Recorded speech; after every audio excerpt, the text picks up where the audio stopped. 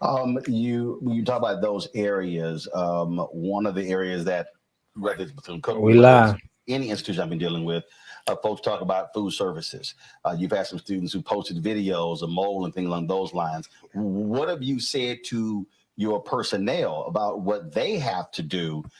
Because anytime a video gets posted, a photo gets posted, Right. look, that can take off. It can go viral. Yep. And so, what have you communicated to staff? Right. Right. Yeah.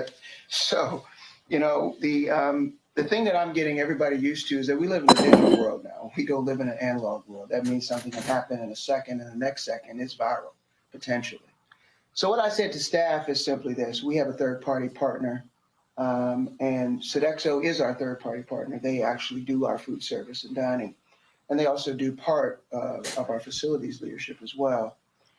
We said to them, look, you need to be more careful and more diligent about that. And in fact, I was just on the phone this morning. They had a 10:30 meeting to discuss not only that issue, but any other issue with respect to what we receive from vendors.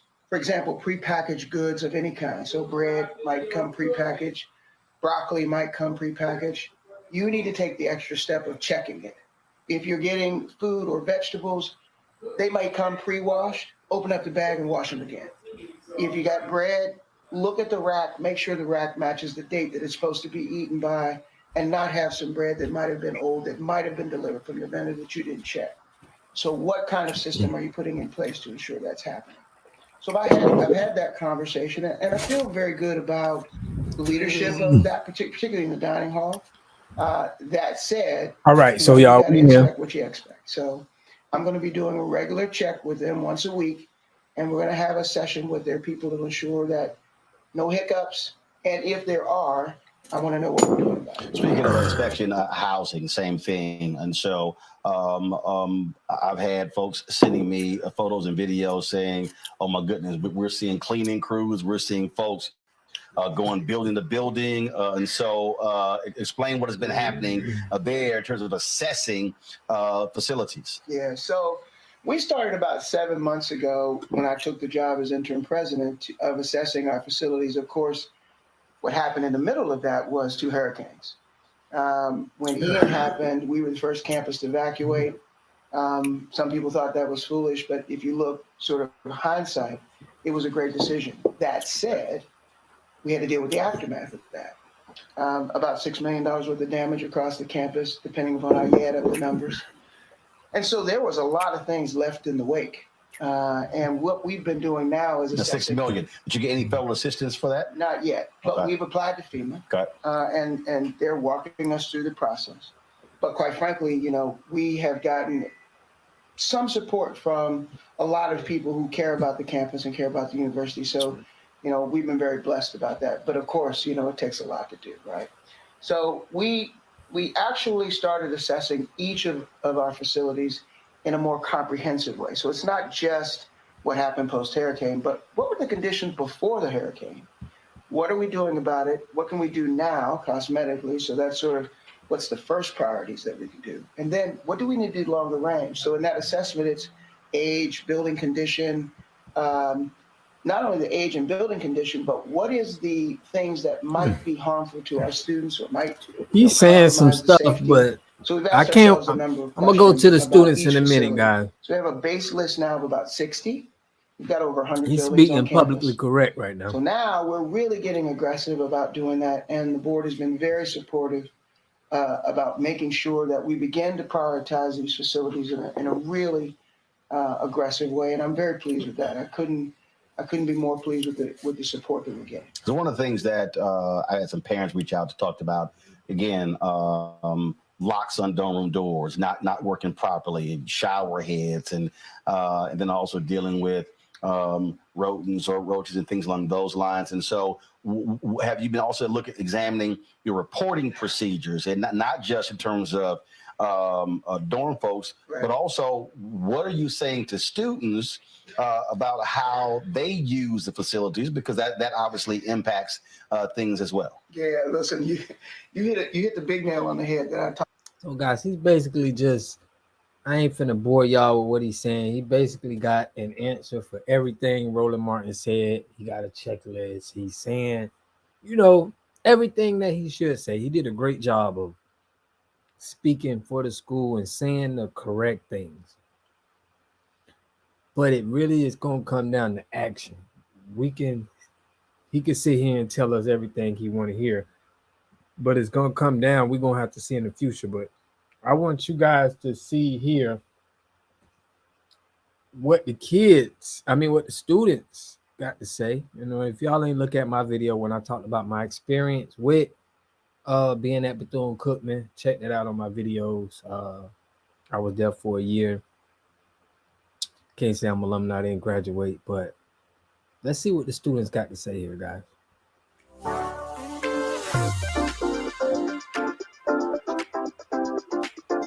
What idea was that? So the idea was it was and you were watching Roland Martin on the field. Early. Why are we early? They haven't even played the Stinger. All right. We're supposed to play the Stinger coming back, but we didn't play it. Now y'all can clap. Go ahead. Now hold on. The president did say that his daughter went to FAMU. She went to the college. She was like, "Nah, I'm going to FAMU." So your kid ain't even want to go to the college. How does that? That should have been a red flag for you to been like, I need to straighten this up. If my daughter come to the school and she don't want to be a part of where I'm at, Don't make me cuss in this church, Carol. Don't make me. Y'all know, come on. I look at she over there. I got to mess with it. Got to mess with it. All right, y'all. Let me introduce our students here, folks. Joining us right now on the Shout far out to end, the Sensoria students, McKay. man. She's a member of the band, a junior here at Bethune Cookman. Dalen Sims. Dalen Sims, former Mr. Sophomore elect. Also, well, he's a sophomore. And Maya Walker, Bethune Cookman, a senior as well. So give it up for y'all students. All right, so first of all, I need you to explain the Hail Mary hashtag Ed Reed was right, hashtag buy. You see Ed Reed got have him on here. So Ed Reed is a big presence. so the idea was it was a collection of students, also alumni. Hail Mary, they had a protest back in 2018, I believe so, 2017, and that was to get a new board of trustees, new president, and they saw a very good push to it. So we wanted to pick it back off their success. Also, with Every was right. Every was right in the fact that we had conditions that unlivable conditions on campus, and also that we need unique change. And bye Belvin basically means we want a whole new board of trustees, and we need help period. Man, you got to work on delivering And your we messages, know that son. it starts at the top, and the top The top is ain't right. board trustees and board chairman period. So we want all of them gone, and and we want a new board of trustees where alumni can pick it, students, faculty, and staff can also help out and pick a board of trustees that is for Bethune Cookman, not for their own pockets. So I'm going to get I'm going to get to the board in a second here, but I do want to talk about something the president did say. Control room, pull up the post that I sent y'all. And so this went out yesterday where Coach Woody actually tweeted that he was coming to Bethune Cookman.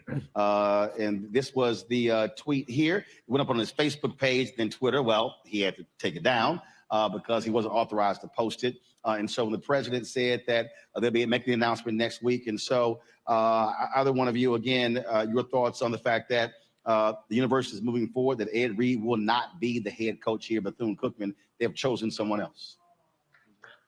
Okay.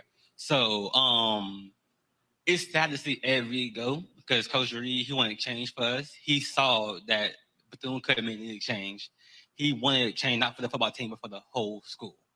So it's sad to see him go, but we have to keep moving on at the end of the day because at the end of the day, Bethune Cookman is a business, and you have to keep the business running. I just want to say that with Ed Reed came in, and it wasn't like he had this selfish attitude. It was selfish. It wasn't that, oh, I'm just here strictly for the football team. It was really just, I'm here for the school. It's time to turn things around. Like, you're here to make a change. And for him to go, it's sad. So like with the new football coach coming in, it's really you're gonna have to pick back up off where Ed Reed left off at. And if you can't do that, then it's just on to the next person.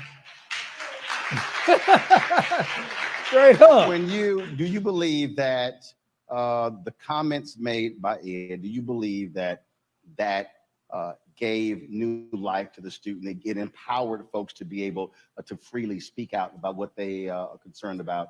I mean, there were previous protests in other years, but what I kept hearing from folks saying is that when he made those comments on social media, that it really spurred others to say, you know what, I need to use my voice.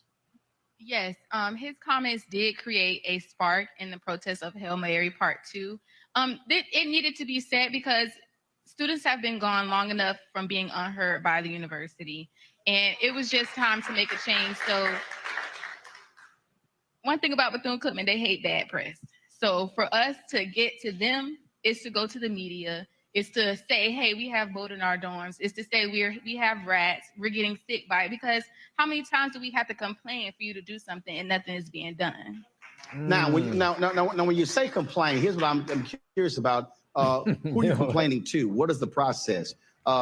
Is there a formal process when it comes to the issue that you're talking about? We complain to maintenance. So people that stay in phase or these different dorms, they complain to maintenance, but but you're talking directly to maintenance. What I'm saying is it the worker? Is it their boss? Is it the supervisor? Or is there an administrative person who you're able to communicate with, who's frankly over them? It's a work form, so we don't know who we're talking to. It's just a form that we send in. It's a form you fill out. Yes, it's a form that we fill out and that we send. Like Maya said, it is a form that you fill out and you send in, and depending on the severity of it is how the response time is. With mold, for me personally, this being my 3rd year, me putting in a work order for mold, I probably was in my room doing something about it until maybe 3-4 weeks, almost a whole month, because it's always the issue of, oh, you could take bleach and spray at it and it'll come off, but it grows right back. Or they come in and paint right over it and cover up the mess that is still there, that continuously make people sick. Even with the maintenance coming to fix it, the form that's being put out it's not enough response time, like the fastness of it going out and actually having it being done and not just covering up just the cover up. If you look at the various issues, I mean, there are a number of issues that folks have talked about. What would the housing be, or the conditions in housing be the dominant issue among students? I believe housing would be number one, just because of that. That's our home away from home. We're there most of the time out the year, beside our breaks. Or if we're there for the summer, we're there for the whole summer break. But that's our home away from home. So if we can't live in our home away from home, it's like, I might as well just go back home and not come back to school. And our community, we want to get our education, and they want to help make sure our family families are straight. So we want to make sure we get our education and live a good life. Don't skip this ad if you're a digital marketer looking to turn your freelance business into a successful digital. Let's do it. You talked about the mold issue taking 4 weeks. Again, that communicating to other folks as well. You said folks gotten sick. I received an email from a parent who talked about their child had to go to the hospital because she had breathing issues as a result. Have you heard that from other students who have been impacted? I have heard that from other students, and I've also have dealt with it myself. Even though I'm not, I don't have asthma, I still have gotten sick from the mold, because not only does the mold sits on our walls, we shower in it, we breathe in it from the air vents. It literally sits in every crack and crevice in the dorm. So I have heard, and I've also experienced it also, being sick just from the mold and the mildew that builds up in our rooms. So you heard the president talk about they've already inspected 60 of the 100 buildings, and they've had crews on campus? First of all, have you seen that in the past 7 to 10 days? Yes. So before you said you was coming to do a town hall meeting, nobody was really out there cleaning. They were doing the regular cleaning. Then I say on Monday, or even Friday, they got kids in high gear. They've been out every day. They've been cleaning, going from dorm to dorm. You trying to say we made them do some cleaning? Yeah.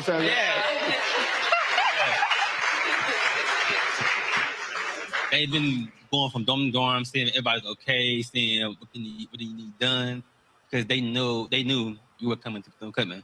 Well, not coming, but you was will be in the area. You were smiling when I raised that question. Go ahead.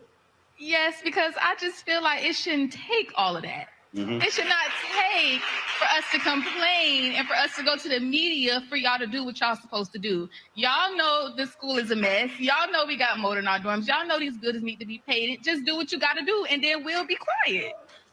That's just point blank, period. I want to say that with what she just said, some of us, and I'm speaking from me personally, some of us didn't even have the option to stay in a dorm that we wanted to stay in. People who have high GPAs, like 3.0s or higher, they've had to be forced into the honors dorm. I stay in Lee Ryan, and when I say it's been a challenge, because this is supposed to be an honors dorm. We work hard for our GPAs, and we're living in filthy conditions to the point where ceilings are not being fixed. Water is coming in through our ceilings. We didn't have no choice but to stay in there. Like, there was no other option. It was strictly, you got this GPA, you got to stay in there, live with it, deal with it. That's how it felt. So like what Maya said, it shouldn't have to take all of that to really fix the problem, honestly. So go ahead. And piggyback off of what Sister said. I know in Lee Ryan you got to have any AC for since July. So they haven't had any AC since July. Who hasn't had AC? Lee Ryan. It's the honors dorm building. They haven't had any AC since July. So you said the honors building hasn't had air conditioning since July. Yeah, they have the AC now. I've been in there since July because I stayed on campus for a summer program, and when I got moved into my housing assignment for the school year, I didn't have no air. And mind you, I have a service animal.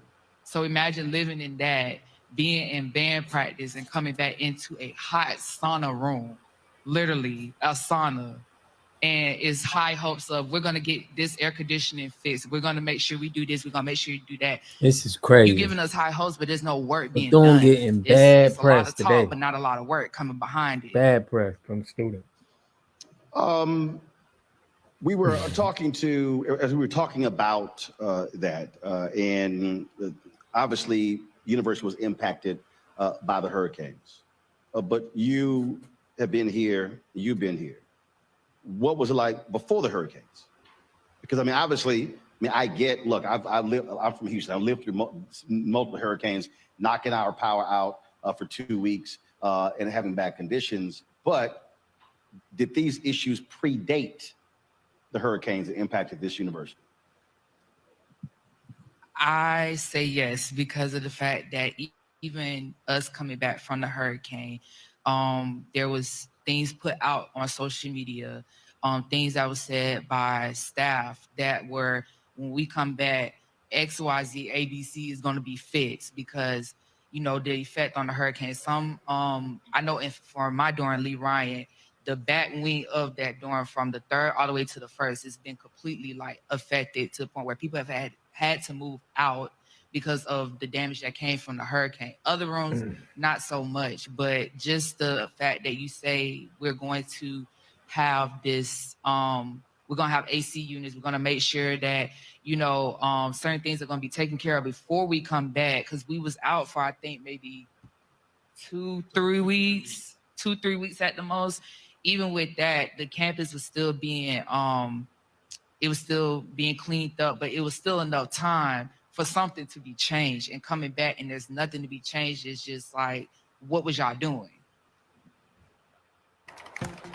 So basically, guys, they saying they want all the top people they want out. They ain't trying to negotiate. To the dorm, the molding dorms, it was molding dorms before the hurricanes. So interim President Drake, he cannot say the hurricanes caused Mo, because the hurricane did not cause Mo. The Mo was here before both hurricanes came to Florida. Even with that, and I keep talking about my dorm, but I'm just using for where I live at. Right. For me personally, even with the no air, we ended up begging to get some type of fan. We didn't get a fan till literally the middle of fall semester, like an actual box fan. It did somewhat help, but we didn't get an actual AC unit, like a portable AC unit in our room until right before Hurricane Ian. And then when we came back, it was gone. Literally, it was gone. And so, as you laid this out, what are your parents saying? Hurry up and get out of there. That's what she's telling me. Hurry up and get out of there. You're laughing, so clearly. For my parent, it's very much what Maya said. It's time for you to go. Like, it's time to get up out of there, because you shouldn't have to live in your home, away from home, in that type of condition. You paying all of this money out to the university, and where is the money going for our living conditions? So yes, my parent, by her being a single mother, and it's frustrating to know that I'm constantly worried about my child's safety, my child's health. You can't sleep like that. You can't, as a parent, you can't sleep like that. So like Maya said, my parent is basically like, you got to find a way to get up out of there. And you're graduating when? Next spring. So I got a whole year. So what, you trying to get me to come back every week so you can make sure stuff is straight? If you must, please. All right, hold tight 1 second. We got to go to a break, folks. We come back, we'll continue our conversation. I do want to talk about the conversation last night that the president had with the freshman class and what their plans are communicating with the various constituents on the campus. Folks, you're watching a special town hall here, community town hall at Hope Fellowship Church in Daytona Beach, Florida. This town hall focused on Bethune Cookman. We'll be right back on Roland Martin Unfiltered on the Black Star Network. Wow, so they want them out, man. They want the top people out. That's what I'm getting from this whole conditions on campus, complaining about a number of things. I had the student leaders on my show saying they had not met face-to-face with the president since August. For the first opportunity to sit and meet the president, 20 out of 1,000 show up. Yes, sir. But that's a problem. Yep. Because if you're talking about confronting leadership and demanding change, folk got to show up and speak their mind and challenge the administration, because I'll tell you, if 20 out of 1,000 show up, a bunch of other folks would say, we good. I'm going to move on. What did you say to those freshmen? I would just say, we did all this talk, we did all this work, all the media came out, the news stations come out. You still need to speak your mind. Don't be afraid to go out there and say what you need to say. Don't be afraid to say, hey, this is what's going on in my room. I got mold here. Don't be afraid to say, go out and speak your mind. I would say that freshmen, even though you guys are fresh on this campus, y'all still have a voice, just like the rest of the student body. So don't ever feel like your voice is not heard. Yes, we had a protest, but a protest is not enough to do what we need to, the changes that we need to have happen on this campus. So yes, we had a protest, we did all of that, but showing up to these town hall meetings is very, very important, because this is where you get a chance to see the president. You get a chance to speak what you need to speak, instead of just, oh, I went to a protest, I did what I need to do, I'm going back to my room. Because at that point, it's just like it was said, you know what, my job here is done. So you have a voice, use it. Don't feel like you're the youngest on campus, that you don't have a voice and you can't use it. Use your voice. But also, I think it goes beyond just being able to go there and speak your piece. Information gathering is also important. And the fact of the matter is, one of my favorite phrases is, when you don't know, you don't know. And there are a lot of folks who actually don't know. I've got questions in my pocket. I've had people Pull your emailing kids me and from folks there. like, well, where is this and where is that and what's going on? Well, if you never have an opportunity, look, and I'm challenging the president. He readily admits they have not communicated enough with students and being transparent about what's going on. You know, when he said that 60% of the funds that came from the federal government was used to pay down student debt, I said, wow, first of all, that's a story they should have been telling folk. That's kind of important to actually share with folk. Other universities have done that. I know at Fisk, they actually gave stipends to folks to pay down their debt. Some other HBCUs did that as well. But that's information that needs to be shared. But if we're going to have, again, this type of conversation, and we're talking about demanding change, then leaders have to lead. And they have to tell folk, you can't sit on the sidelines and not say anything. You must ask questions, make demands, but also get information so you know actually what's going on. So that was the freshman class. This week coming is a sophomore class. Yes, sir. What you gonna do? I'm gonna be there. Front row. How many other sophomores in here?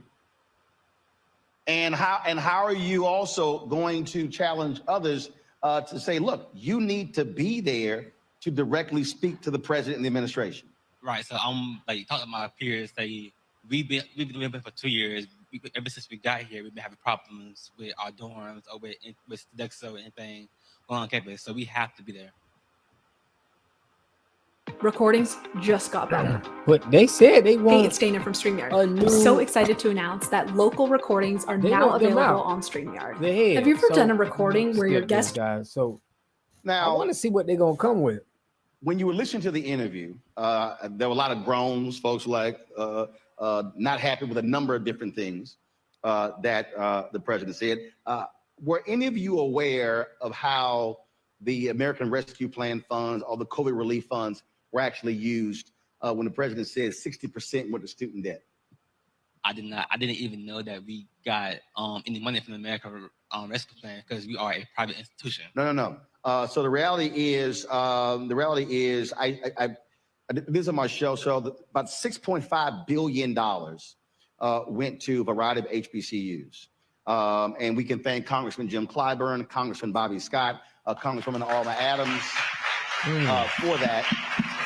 And the reality is Bethune Cookman, out of the about 8 or 10 different bills, received about $68 million. And so this funding, so you're talking about it was COVID. And so it was a number of institutions. They were public and private. So it wasn't just public institutions. See, that's why you got to watch Roland Martin Unfiltered, because we broke it down. And so, but that was just Bethune Cookman. If I pull the numbers up in a second, Florida A&M, I believe, received about $170 or so million. And so again, all the HBCUs combined were about $6.5 billion. And so again, so what he said, 60% went to paying down student debt, 40% went to instruction. That's a perfect example. One, the university should have been explaining that. But how many of you even knew where that money went? I got one person back there. One person back there. I see a second person. So you were aware? Go. So how were you aware? Hold on 1 second. Let me go ahead and yeah. I'm gonna walk over here. We got it right here. We working? All right. So you stand up. So you aware? So what? You read it somewhere? You asked somebody? I got it. I got it. Don't worry about it. I believe that was in 2020 or 2021. They had us sign up to get the money, basically. So if you didn't sign up, I think they gave the students around $2,000, but everyone that did sign up, they give us $10,000 to go towards our balance. It was a little bit over $10,000. They give it out to the students. Okay. Now, she knew that. Did you get the $10,000? Yes, I did. Okay. Who else in here got some of their student debt lowered as a result of that funds? Raise your hand. One. That's it. I think it's the first one. That's y'all gotta read the signs. That's crazy. Go ahead. So it went towards the students that were here before COVID hit. So a lot of them that are freshmen and sophomores, when they came into their freshman year, they weren't eligible to get it. So anybody that's sophomores, they didn't get it, but anybody that's like juniors and seniors, they should have got it if they signed up for it. Got it. All right. So how many folks are here are juniors and seniors? And y'all didn't get that money? Man, y'all better read those signs. Again, so for me, took them 10 what I would immediately ask is, if that's the case, would be, again, how was information communicated out? How was it actually shared? Was it actually communicated to parents and to students? She's shaking her head, said it wasn't. That's one of those things to me that I think is critically important. Now, the university, they posted some of their financials on the Bethune-Cookman website. Y'all can actually go there and check that out.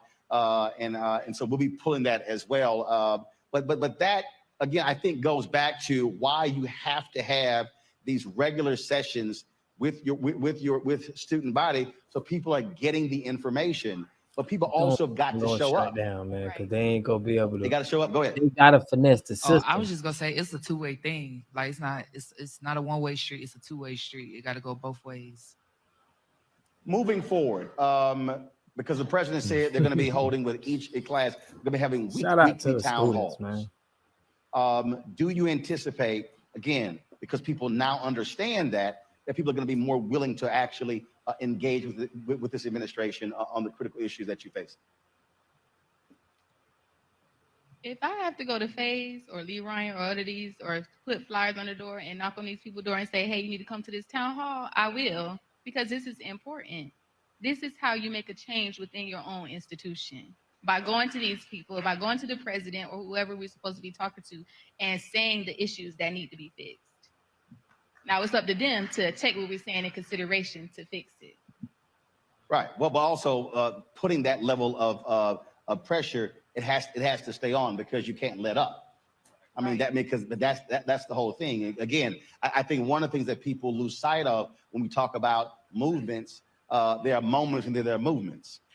Moments are something that happens for one day, but when you're there every single week, when you're constantly there, and look, I totally understand. I know folks are saying, look, I shouldn't have to do all of this because I should be focused on school. But to your point, if I'm having breathing issues, if I'm having mold issues, if I'm having issues with rodents, if the shower head's not working and lock's not working, I'm telling you right now, I'm giving folk hell every single day to actually get it done and showing up. And so I certainly hope that is the case. Hold tight 1 second. We're going to go to a break, pay some more bills here, continue our conversation here at Hope Fellowship Church in Daytona Beach. We're talking for our community forum, talking about Bethune-Cookman University. You're watching Roland Martin Unfiltered on the Black Star Network.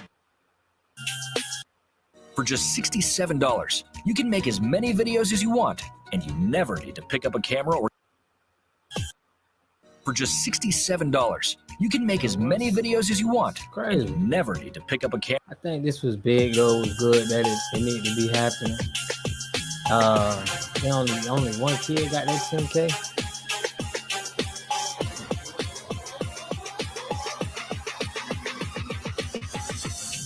So if they got 10K for every 2,000 students, that's 20 million. They saying where the money at?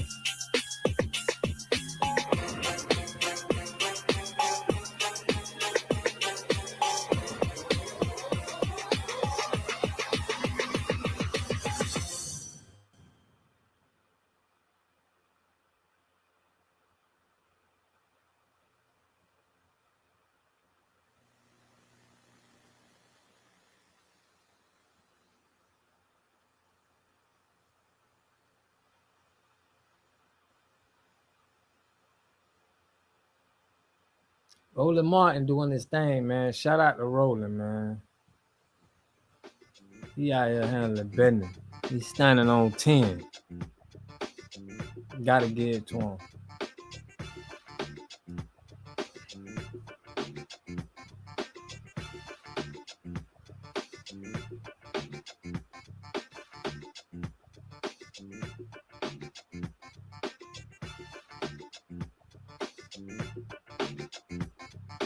That button, we certainly appreciate it. All right, folks, joining us right now, a couple of graduates of Bethune-Cookman. Warnell Johnny Vickers Jr., a former football player here at Bethune-Cookman.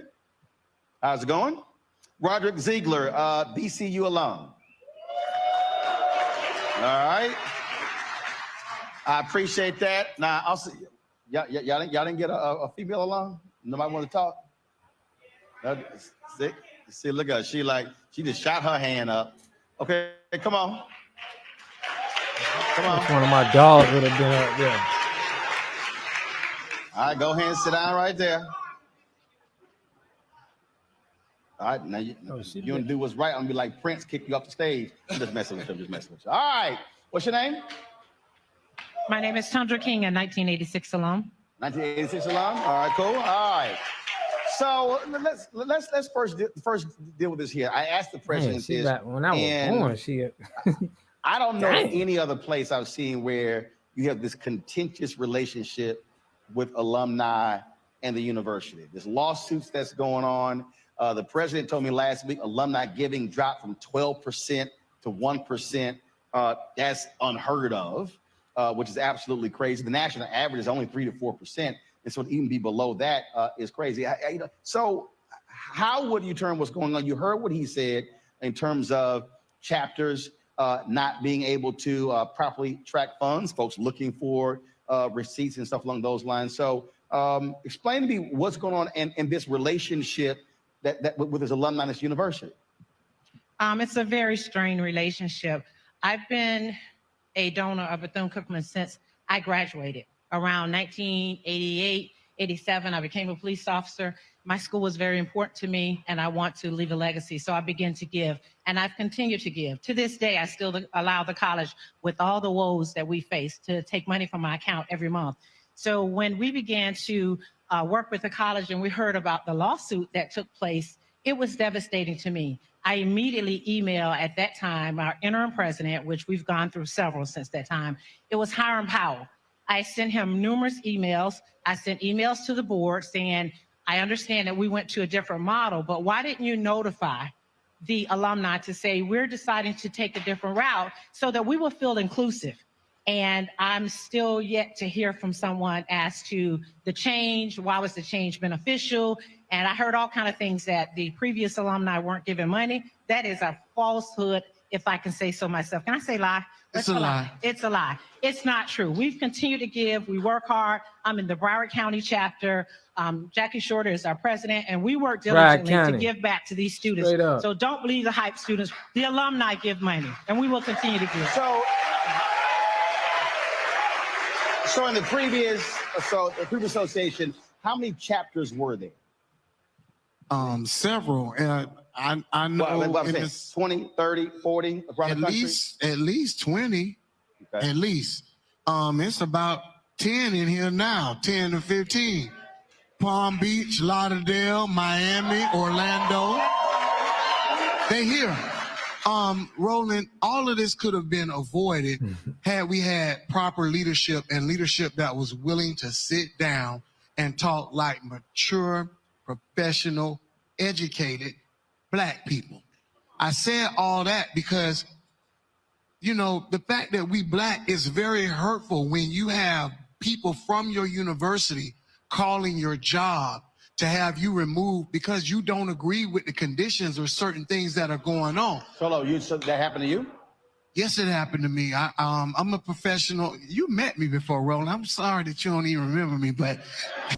Monzo.com makes Gantz great again. Yeah, you know what? I'm not going to say again because I never were. He him. You sound like he him. It's cool. Really? Hey, you here now, though, brother. I commend you and thank you for coming. But I'm like I met 2 or 3 people. No, you met me. I'm messing with you. I'm messing. You met me before. But yes, I used to host the Florida Blue Battle of the Bands for the Florida Classic for about 10 consecutive years.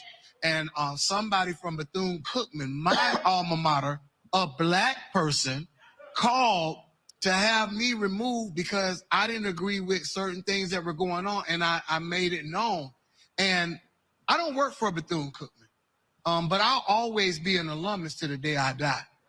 And we have people that are in position and in power, and it's very hurtful to see them going about what they do because as an alumnus, I'm used to people like Dr. Oswald Perry Bronson. I'm not saying, and hold on, I didn't say that. And first of all, for the folks who are watching at home who don't know who that was my president when I was here. Got it. Now I'm not saying you have to be him or be just like him. I said that to say I'm accustomed. Before him was Richard V. Moore. I'm accustomed, who was the president before him. I'm accustomed to class. I'm accustomed to family atmosphere. One of the reasons I chose to come to Bethune Cookman because I partied a lot. I needed somebody to be able to talk to and be able to have hands-on experience. And when I was a student here through my matriculation, I was able to go and make meetings and sit down and talk to my college president. He was out on the yard talking to us. So when we as alumni don't see that now with the current administration and we have an interim president, the second interim president, which came, our third interim president, which came after Dr. Cripe. So we've had 4 presidents in just about as many years. We're not accustomed to that. So now we're here in this situation, and now you have the Board of Trustees and the school suing its alumni association, the original alumni association, which is over 88 years old, which was founded and started by our founder. And then you tell us you're going to try to dismantle us. It ain't happening. We're not going anywhere. We're not going anywhere. They got a big problem on their hands. All of this could have been avoided by a simple, and I know for a fact, I'm not telling you what I heard. I know for a fact that the Alumni Association, which is currently called the Mary McLeod Bethune National Alumni Association, they requested a meeting with, at the time, Dr. Hiram Powell, who was our interim president, and they requested a meeting, and they asked for Belvin Perry or some members of the Board of Trustees to come to our national convention. We were refused and turned down. There was also a lawyer that was called in so we could have a mediation. That was refused. So all of this, it seems as though they pretended like, and I'm listening to Dr. Drake, it's as though none of this ever happened and everything's gonna be fine. And you started this with us, and now you're making it look like we're the bad guys because we don't like how you're treating us. Alumni have been disregarded. Alumni have been disrespected, and they're trying to throw us out like trash. And it's not going to happen. Wildcat born, Wildcat bred, and when I die, I'll be Wildcat dead. I'm faithful to this school. I'm faithful to Dr. Bethune. You here? The president who Rod so dearly loves is my grandfather. I'm the grandson of Dr. Bryce.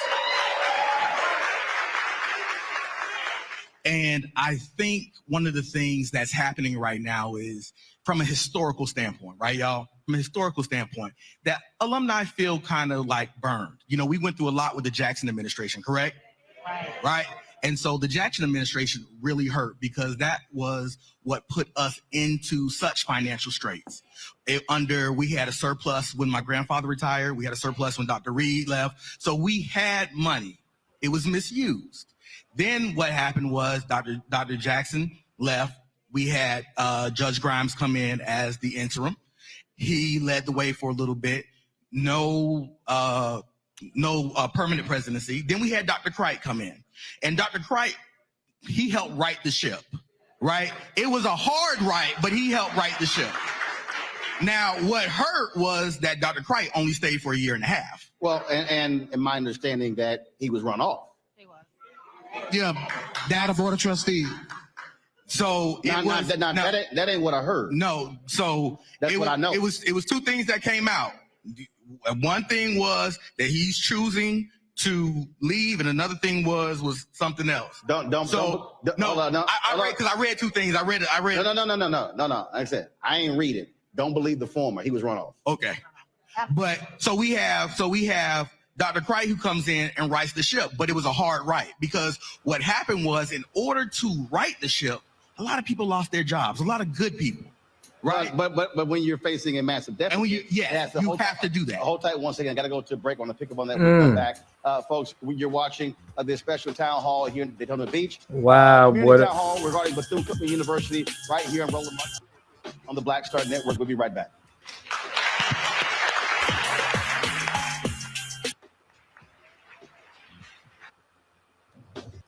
Are you sick of having issues with your webinars, wasting tons of time on troubleshooting with attendees?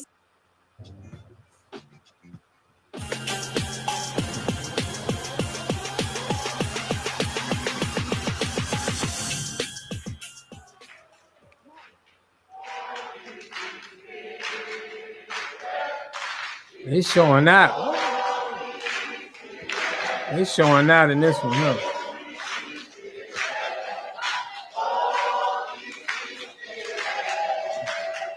They gonna kick them higher ups out. Hell, Wildcat, man. All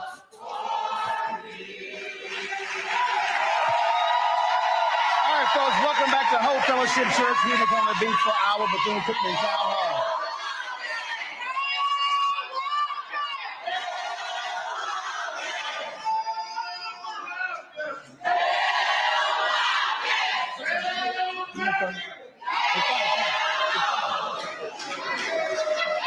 All right. Had to make sure everybody was awake. All right, before we went to the break, we were laying the foundation in terms of really how we got to this point. And the reality is this here, and that is, I mean, you're talking about a whole lot of things that have happened. And so past is prologue, past lays in terms of, I understand the anger, everything like that. But here's the question. What now? How do you move forward? You have an interim president. But you still have your board of trustees. As I listen to what you laid out, it sounds to me like your fundamental problem still is with the ultimate leaders, which is the board of trustees. So, is there one trustee who you can communicate, who you're communicating with, talking with, who can serve as someone? They got wine, like look at him. I personally, over the past several weeks, have been in contact with a board member, and they have just kind of laid out, because my issue was I felt that this board member was kind of like dismissing what was going on.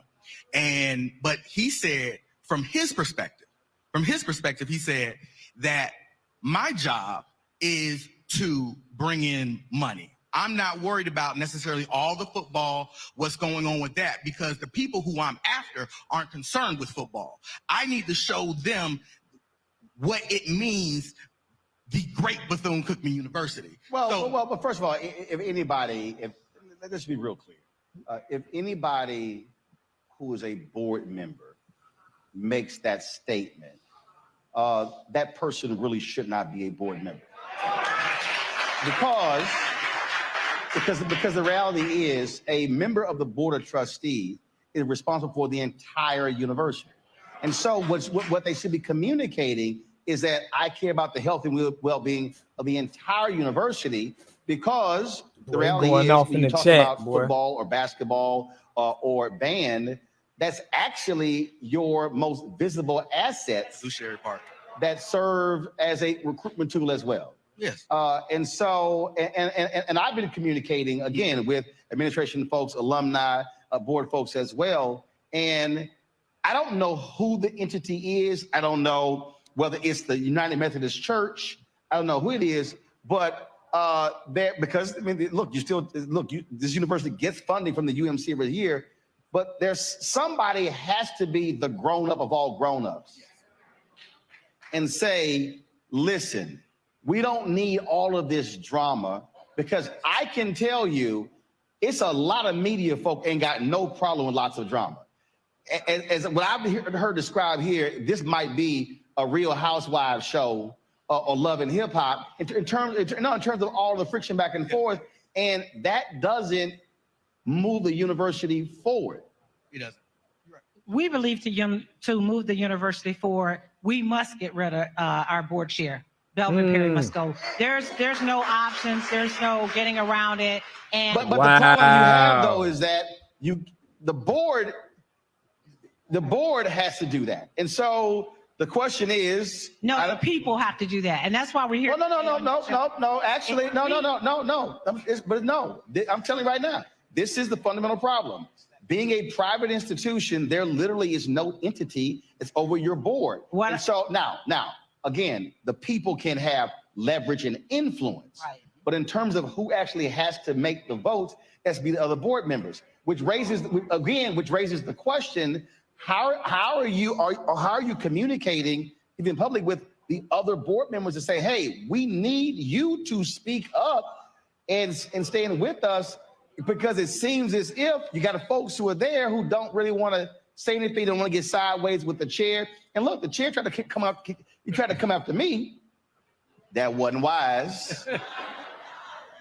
He's had about 500,000 views on YouTube. I'm just saying, it wasn't wise.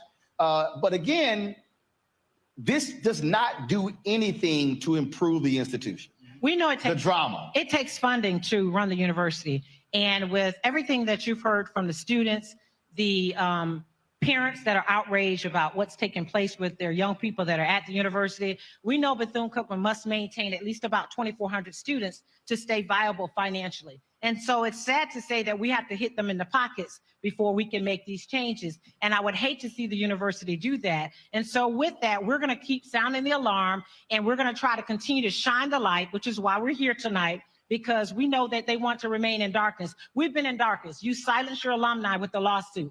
You silenced your students with an NDA. And so people have been afraid to come forward. Well, I get a good pension. I don't have to wait for Bethune Cookman to pay me. So we want to sound the alarm for these young people to let them know that we're going to continue to shine light where there's darkness. We've asked for transparency. We ask as alumni, where's the money going? That's what our signs say out here. We ask for that information. We give money. We feel we have a right to see where that money is being dispersed. The students have asked, where is the money going?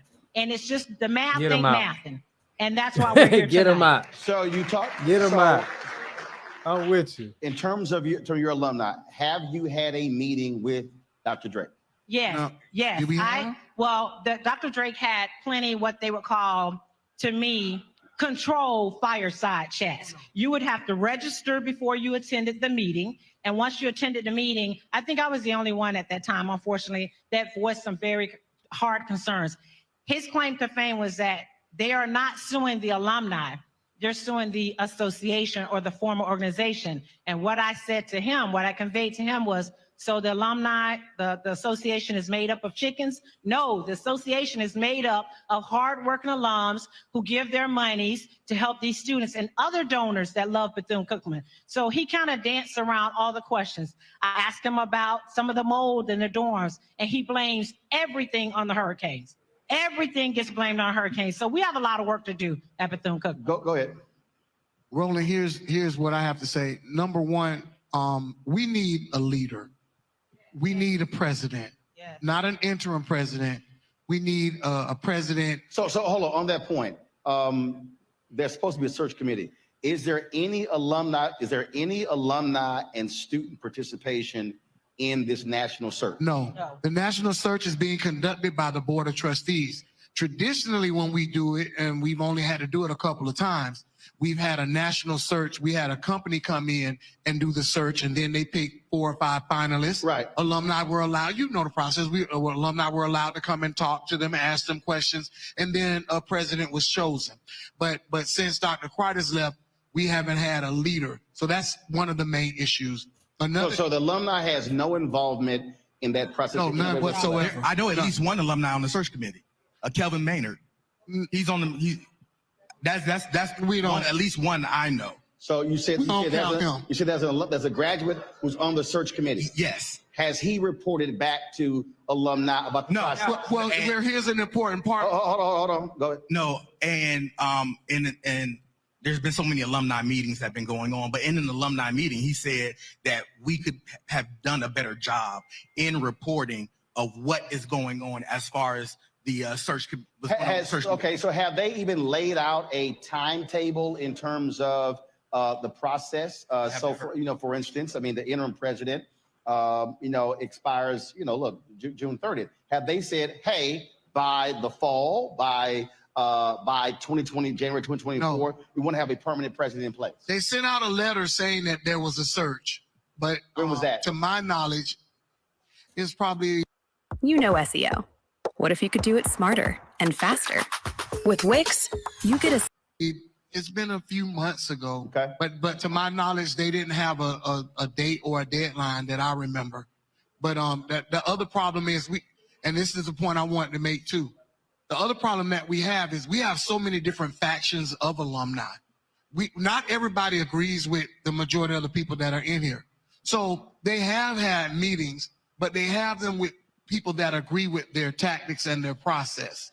They meet with people who are patting them on the back for the bad service that they're getting. And I can't help but ask myself the question the other day, what would have happened if Ed Reed had not done what he did? Or what would have happened if we wouldn't have been able to get in contact with you? This same stuff would have been going on. So we have different alumni. And I want to say this to any alumni that's watching this, whether you agree with the administration or not, if we don't come together as alumni, students, and parents, and also faculty and staff, we're going to lose our school. We're going to lose our school because there are, me personally, this is what I believe. I'm not speaking for anybody else, but I believe there are factions that are out to get not only Bethune Cookman, but a lot of our HBCUs. They want to see us fail, and we're helping them fail. What we're doing actually is not helping. We actually have alumni that are in here right now that, and I know y'all don't want to hear this, but I've been saying this for years too. And I'm gonna tell you, I'm gonna keep it 100. We have alumni that are in here right now that won't join the Alumni Association, that won't give money to the school and haven't given money to the school since they graduated. Now, part of that is how they were treated while they were students. So we got students that are sitting here that living in molded dorms. Are they going to want to give back when they graduate? They're going to graduate, get their cap and gown, and they're going to run. And you can't blame them. So we've got to do something, alumni, that's counterintuitive. We've got to give and continue to support the school, even though we don't like the conditions, but find a way also to get a new board of trustees and turn things around for these current students. I'm going to go to a break. I'm going to come back for our final segment here at this community town hall here at Hope Fellowship Church in Daytona Beach. We're talking about Bethune-Cookman University, one of the more prominent HBCUs in this country, and obviously in this state. And so we'll continue this conversation right here on Roland Martin Unfiltered on the Black Star Network. Again, download our app. You can catch us on YouTube, Facebook, Instagram, other platforms. But please download our Black Star Network app, available on Apple phone, Android phone, Apple TV, Android TV, Roku, Amazon Fire TV, Xbox One, Samsung Smart TV. And of course, our 24-hour streaming channel has launched. We're available on Amazon News. If you have Amazon Fire, simply go to their live news grid, and you can actually watch our 24-hour channel there as well. When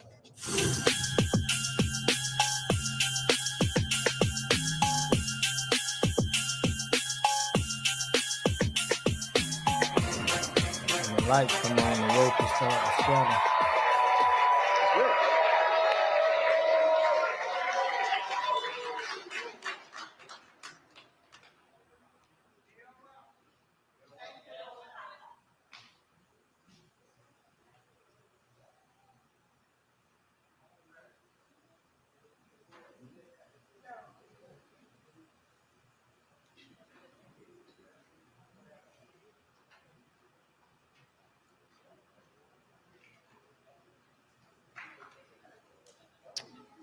All right, control room, your feed is frozen, so let me know what's going on.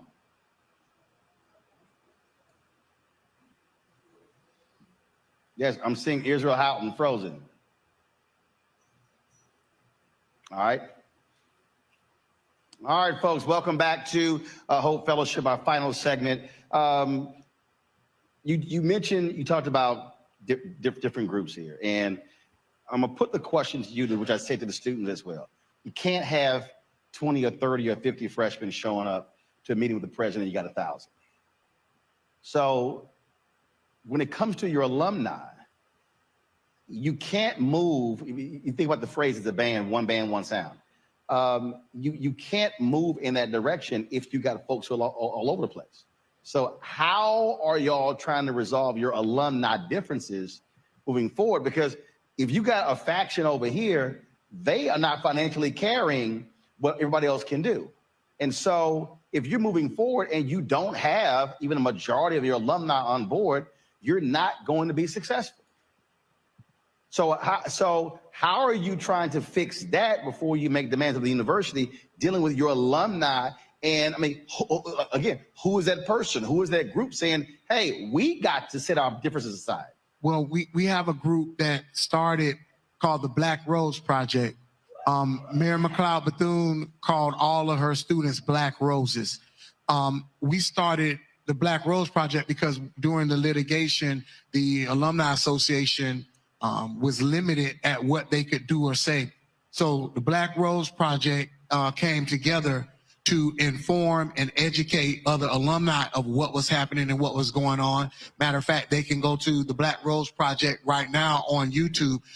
We have like a 2-hour presentation to educate and inform people of what exactly was going on.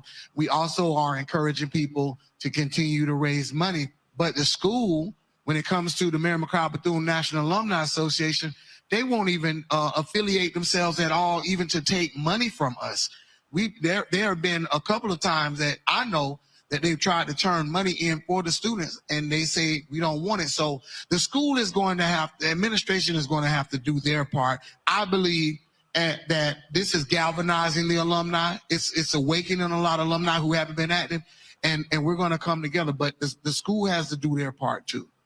I think one of the ways that we can bridge that gap is to be able to engage the students. I think there is a breach between alumni and our undergraduates, and to be able to come alongside of our students and say, hey, we have your backs. We understand that there's a lot of different things happening around you, and we've walked through a lot of what you have walked through, but we want to come alongside you. We want to help you. We want to be able to hear your voices, right?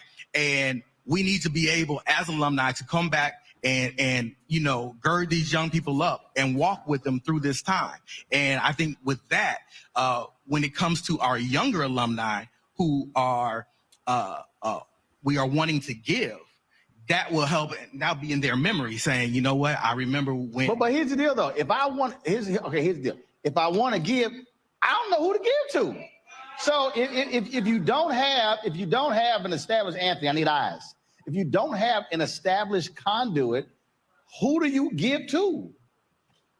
Like, where do you, if a graduate wants to give right now, you call if you're a part of the alumni, well, Mary McLeod Bethune Alumni Association, you can give through that organization. But if you want to give as an individual, you can call Ms. Sherry Paramore in the Office of Institutional Advancement, and you can tell them how much you want to give, but also where you want that money to go. Now, what happens after that? Got it. I don't know. But we can still give, yes. But we have a lot of work to do, and I keep saying that. We got to come together as alumni so we can get this resolved. We need a new board of trustees.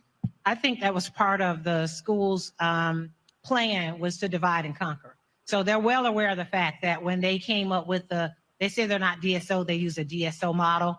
And I think it was part of the plan to divide and conquer. And with that being said, then now you don't have, people just don't want to give. Although I give, I said my money was earmarked for the band and for the gospel choir. I only found out like 2 years later, after I was given all that time, the gospel choir said they had not seen one dime of the money. So although I said I wanted and I had an earmark for a specific cause, it was not. But guess what? In spite of that, I've continued to give to the university I love, that was so instrumental in making me who I am today. So I think we can continue to give to our local chapters, or we can follow through like I do every so often to make sure my funds are going to where it's earmarked to be. Well, and look, the reality is there are people all around the country who make donations to charities, and they follow up. They follow up to make sure that, hey, this is where I said I wanted to go, and this is where it needs to go. Final comments? Go ahead. We got to come together. Point blank, period. We are Bethune Cookman. We carry Dr. Mary McLeod Bethune's legacy. We are her Black Roses. We are her beautiful Black children. We do not let her legacy fall to the ground. I don't care how much you don't like whoever at the top. It don't matter. We carry the legacy no matter what. I told them, hey, Mom, I spent 8 years on this degree, but I hate it, and I really want to change jobs. I'm sorry, I know. Good. My final comment is join the MMB-NAA. Continue to support Bethune-Cookman because the students and our school needs it. And we need to continue this. This is a good start. Thank you, Roland, for coming. Shout out to Bishop Triplett for having us here. And I gotta be slick, Roland, and give a shout out to Omega Psi Phi Fraternity Incorporated. We don't mind youth groups. Go ahead. Thank you so much, Mr. Rowland. I sent you about 400 inboxes, DMs, texts, all that. So thank you so much for allowing us to come and to be heard. I'm so thankful for every face that's in the place because that means you care about the well-being of Bethune-Cookman. Find a student and pour into that student. And then that student pours into the next student so that we can keep this legacy alive. And shout out to the members of Delta Sigma Theta Sorority Incorporated. So let me first of all, let me thank you. Let me thank the students as well. Bishop, thank you very much as well. When the other church canceled on us, they took a vote. I hit my man, Pastor Jamal Bryant, and he said, call Bishop. And I was in Denver last Friday getting an award there. And I called him and he said, absolutely, we'll be glad to host this. And so I appreciate doing so. Let me say this as a final word. You can be present or you can have presence. And as I listen to the students and alumni, as I've talked to folks, administration as well, this is a moment when leaders are supposed to lead. I sat down with President Drake earlier. He's the interim president. But let me be perfectly clear who I'm speaking to right now. I'm speaking specifically to you, Board President Belvin Perry Jr. You are the board chair. You are supposed to lead. You are a retired judge. Your job is to bring folks together. If there was a jury that was deadlocked, you would tell them to go back and keep deliberating. You cannot be the leader of a board of trustees and have this level of dissension within this university. You cannot have students and alumni and folks saying you are the problem. If that many people are saying you are the problem, then you need to look into a mirror and ask yourself, why am I the problem? This is a moment when leaders can't just be present, but must have presence. You can't be scared to come in here. You can't be scared to talk to faculty and alumni. You can't be scared to talk to students and parents because these are constituents. You are not a dictator. Now, somebody told me, they said, oh man, you're going hard on the president. He's your alpha brother. Let me be real clear.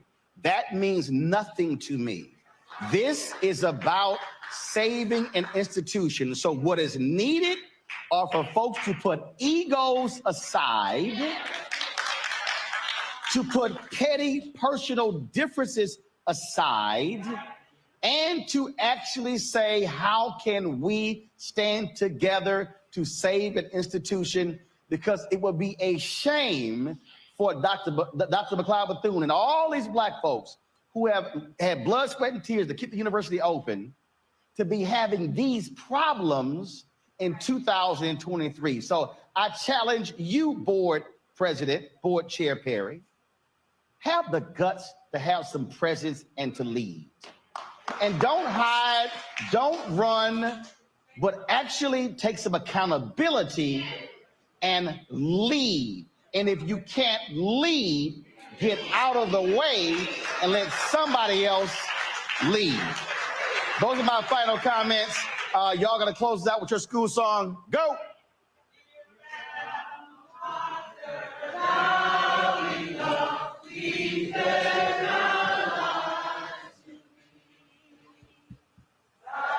All right, so I'll give y'all my thoughts. I think that they're gonna close. I think that they're gonna really try to push to get the board members out. I think they're gonna have to show face and do some things just to show face. But if they don't get them 2,000 students, they're not gonna be able to be in business. So it's good to see that the alumni, they don't want the school to go down, you know, in shambles. They trying to keep the name up. Got to keep Miss, you know, Mary McLeod doing her name going for what she did. So I hope they can get the board members out before they just ruin the business, ruin the school. But it's good to see good communication, good dialogue. You know, still seems like it's, you know, I just found out in this one that they're suing the alumni. I don't, where they do that at? I don't understand, like, how is that going to work? So we got to see what this goes. We got to see where this goes in the future. We're going to see who accountable, what changes are made. Are you going to be transparent? This ain't the last of it, but the board got to go, man. The board got to go, man. The board got to go, and you got to get people there who you should be able to, if you're not doing a good job, you should be able to lose your job. And unfortunately for a lot of people, they like to get in position to where they can work, and if they do bad, they don't lose their job. No, it don't work like that. If you don't do a good job, you got to go. Any other, all occupations, we see that. So that's my take on this situation, as you know, as I attended Bethune Cookman. And I wish them nothing but the success, for real. You know, I wish they get it all turned around, get them board members out, and get the school back, man. Hopefully get Ed Reed back up in there, because he did a lot without being there 3 weeks. He did more for the school than I can remember anybody. So shout out to Ed Reed, man. I'll catch y'all in the next video. Peace.